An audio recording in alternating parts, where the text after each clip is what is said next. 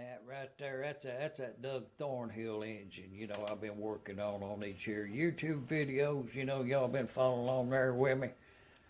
That's that engine as is today there, just done put down there on that cart. We built that in them couple of videos there, check them out there. Leave a comment if you want to. But, that's just to get us up to right now, we'll get out there and start it up one evening. Light a lantern or two, so we can see what we're doing. Half from here in Middle Tennessee. Now y'all come on back next week.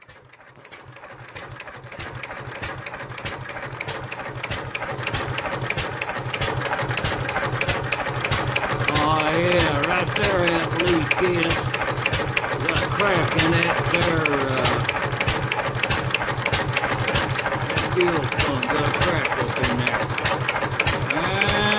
That's one of the things right there. I might try to put a sleeve down in there. Might work.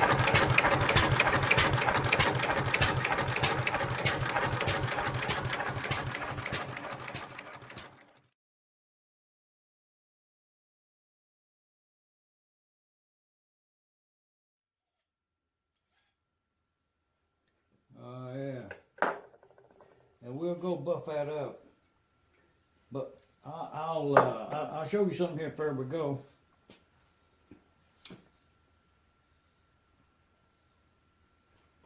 Three horsepower Doug Thornhill engine.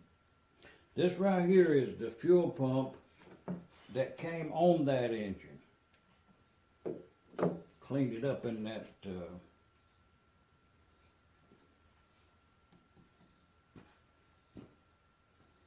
used evapor rust on that fuel pump. Let me not confuse you with these 1.5 horsepowers.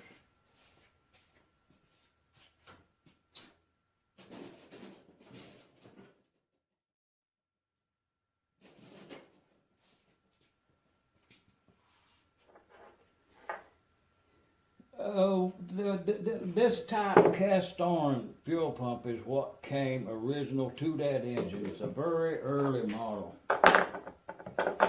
And while I'm waiting on that pilot, on that project over there, I was 3 weeks back ordered on that pilot to cut them seats in that head. You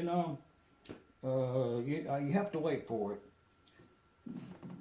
It's a million different sizes, so to get the right size, I guess I had to go to the factory to make the thing, But this one here, this was a likely, what the problem was, back up. It's on that Doug Thornhill engine. This came originally on it. I had it off cleaning up, and I had this one at hand, 3 horsepower is all of this. This is a late model. This is a very early model. But by all indication, it's 3 horsepower.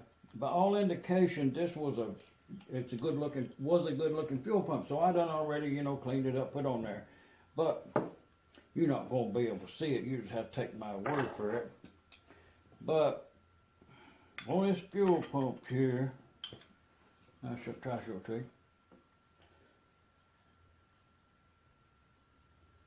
Where the thing is casted together, there's a parting line that goes the complete length from one end to the other around it. And where that parting line came, at some point they cleaned it up with a grinder. You see where they run it on some kind of coarse grinding, maybe a sandpaper wheel or something. But that's not the problem. You can just see what they did there to clean up that mismatch of the 2 casting halves, the mold, I guess, what it was in there. It could have froze somewhere in its life, but it has a crack now that it's shown up from about right here, coming up this way, following the mold line. But then when it gets right up here, it kind of veers off to this way, to that point right there. It's about an inch long crack in there. Well, I can't, I've not been successful in fixing this pot metal stuff. So I'm not even going to attempt to fix that. I've failed so many times with trying everything that I can do, have access to. So I'm not going to try that. This one was off of that engine out there, was in queue for a rebuild. And you can see on it, somebody has beat it different times, probably, with something, trying to free up the check ball, I would think. Stuck or didn't think it worked or something. So they have beat it up. But that's not the problem either. The problem is it's busted out the back. Has a chunk gone. So I can't fix that. Remember, this is the one that we had on there that don't work. So the other engine out there that I drug up to take apart for a possible candidate is this one right here. Well, the plunger here is stuck in there so tight. I ain't been able to get it out yet. So by turning it, it's extremely tight. So I'm going to try to pull it out of there. That's a complicated type puller to pull a shaft out of that. I'll have to give that some thought. But it's to the point where I don't want to try to turn it no more. I think I would break the housing, and it appears to be good everywhere, So we'll save that one. These are late model type.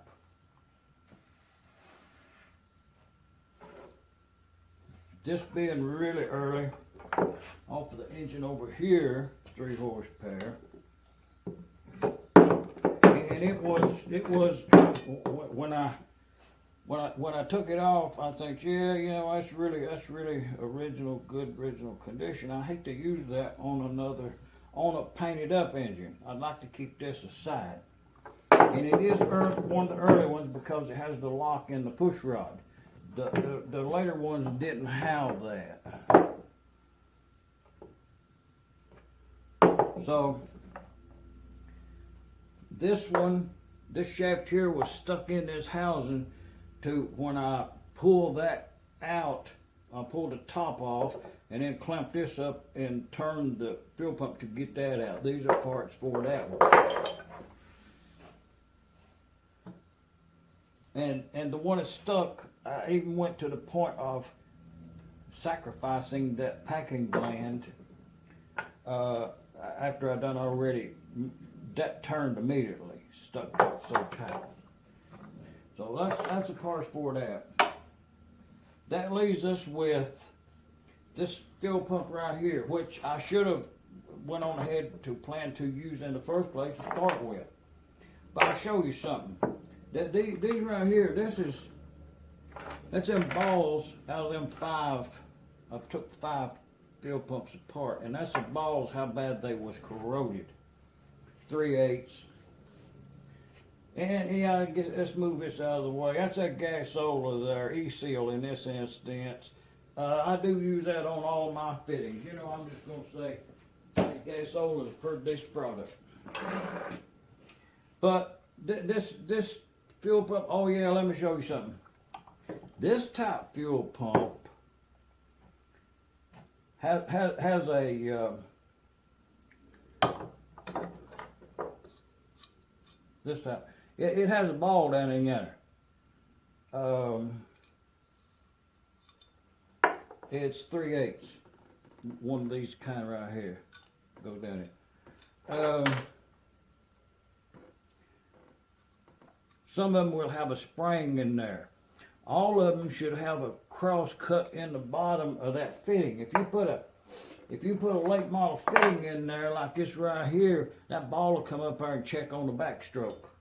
So you do have to file a gap across there. And like I say, most of the new ones did have a really light duty spring in there. And then when you pull this shaft out, there'll be a ball down in there. There it is. In this 3 horsepower, it's a 3/8. I think in a 1.5, it's like 5/16. They're 2 different sizes in a 1.5. But what I'm going to do, I already packed this. That's good packing in there. This pump was working perfectly good. But I'm going to add some packing to it, and I'm going to transfer all of that, spring and plunging all, into this pump.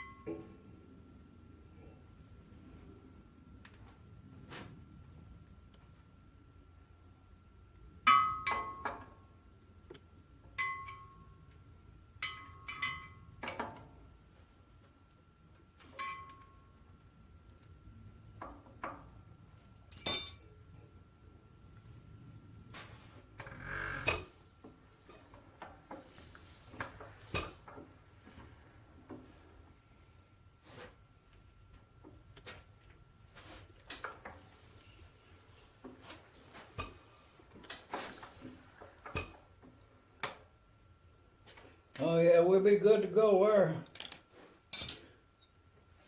We'll give it a wipe down there and touch that paint up. We'll drag her out there in the evening. I started up. That's the original fuel pump there come with this engine. You know, it's back on. Should have never left it off there to start with. Oh yeah, we'll make us a new fuel line right there, and we get this engine back in service.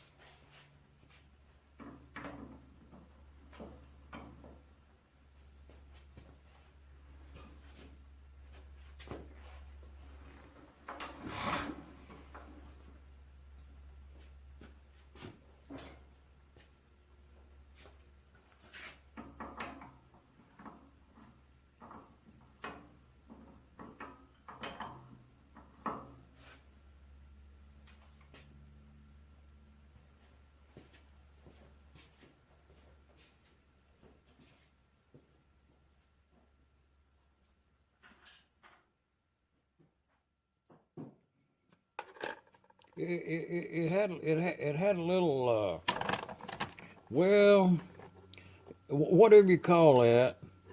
You know, it's like brad over. It's a little burr sticking out there.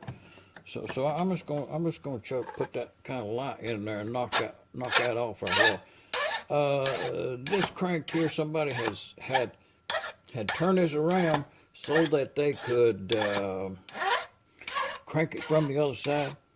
It's reversible. Carter key holds the whole mess together. But you know, while we're changing it, we can take the opportunity to make it better. You know, round it off. But yeah, we're good to go now.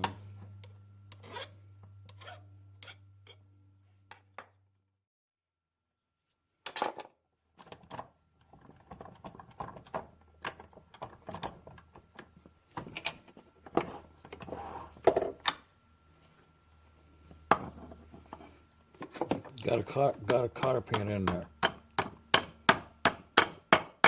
You know, that's about all they are of that right there.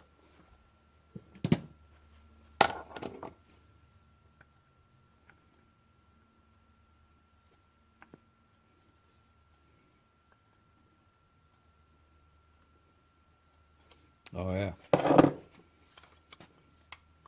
We'd be good to go now.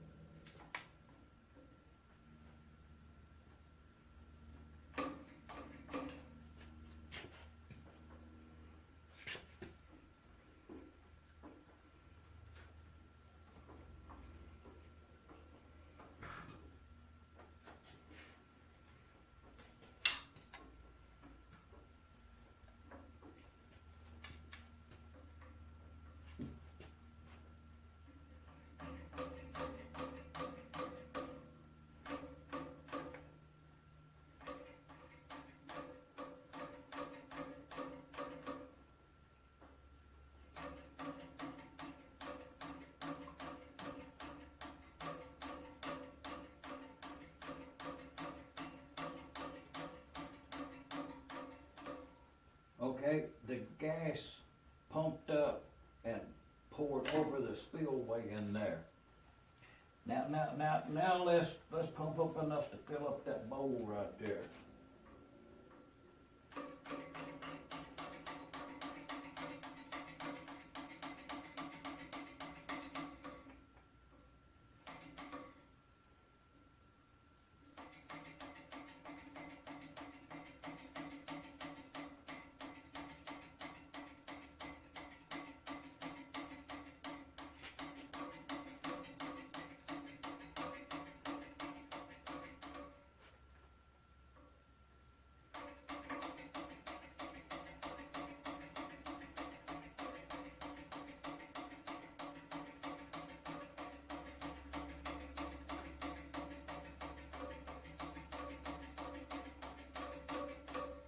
Okay, the fuel just now poured over the spillway in the mixer bowl. That's how many pumps of the fuel pump it takes to fill up that system.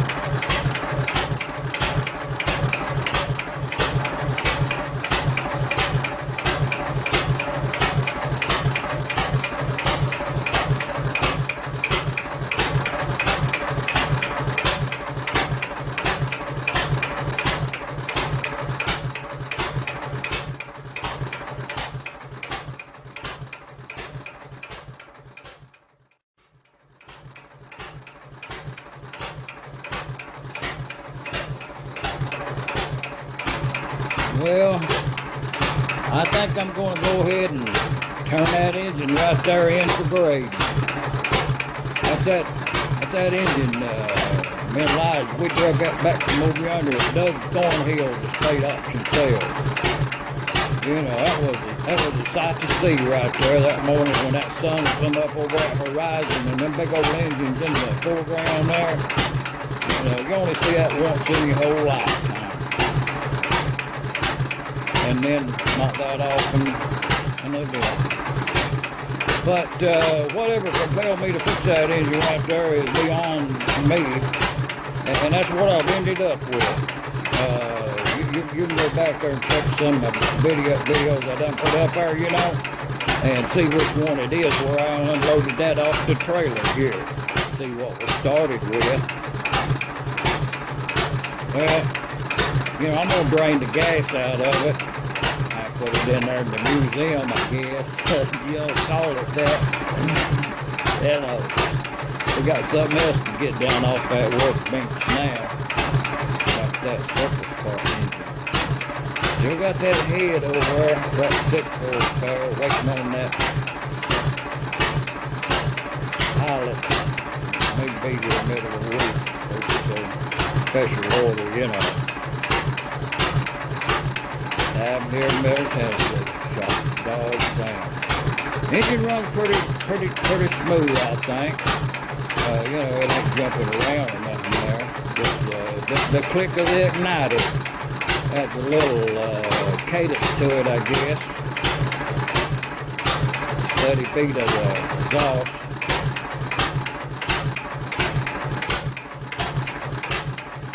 Let's look down that mixer, see can we see that fuel.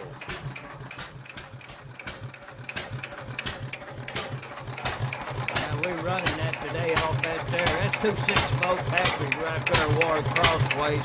Comes around there and makes a circle through that long open oil right there, low tension. Them 2 wires right there comes up and makes contact right up there on that stationary. And then I got it grounded dead there on that, whatever they call that. But this is kind of what we ended up with. You know, I ain't going to run no magneto on it there, but a little battery box, put that battery in there. No leaks on that sliver yet. Yeah. Oh yeah, we got that fuel pump on yonder. Y'all look down yonder. That's the fuel pump that come on this engine. And I, through my great wisdom, was going to upgrade it to that late model pot metal thing, and discovered it had a crack in it. This is back to there's a fuel pump that came with this engine when I got it cast on early model. Igniter. You know, it's just a standard old limb, you know, 3 horsepower. That governor, them weights over there got that thing bottomed down right there. That's pretty much the way it goes.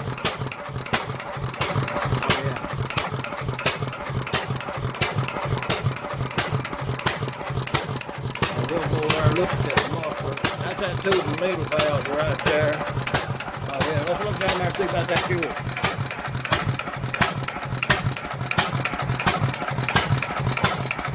Yeah. That's pretty good fuel pump, I'd say.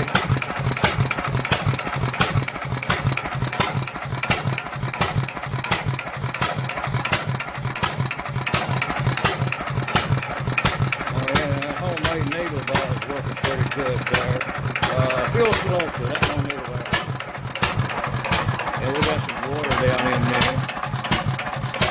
Got a little oil spill on there.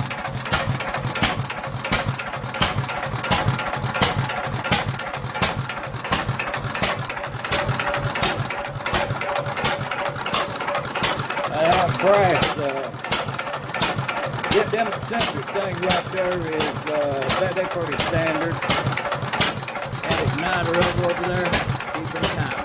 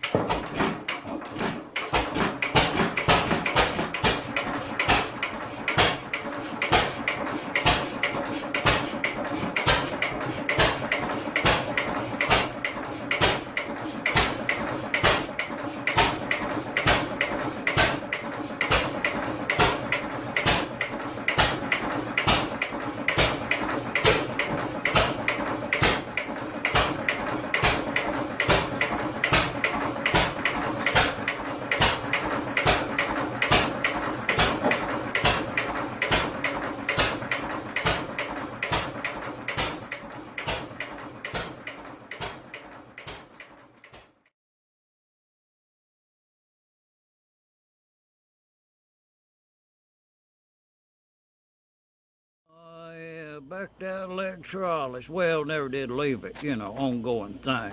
Had to discard the color of the clamps right there. There ain't no color code on this setup.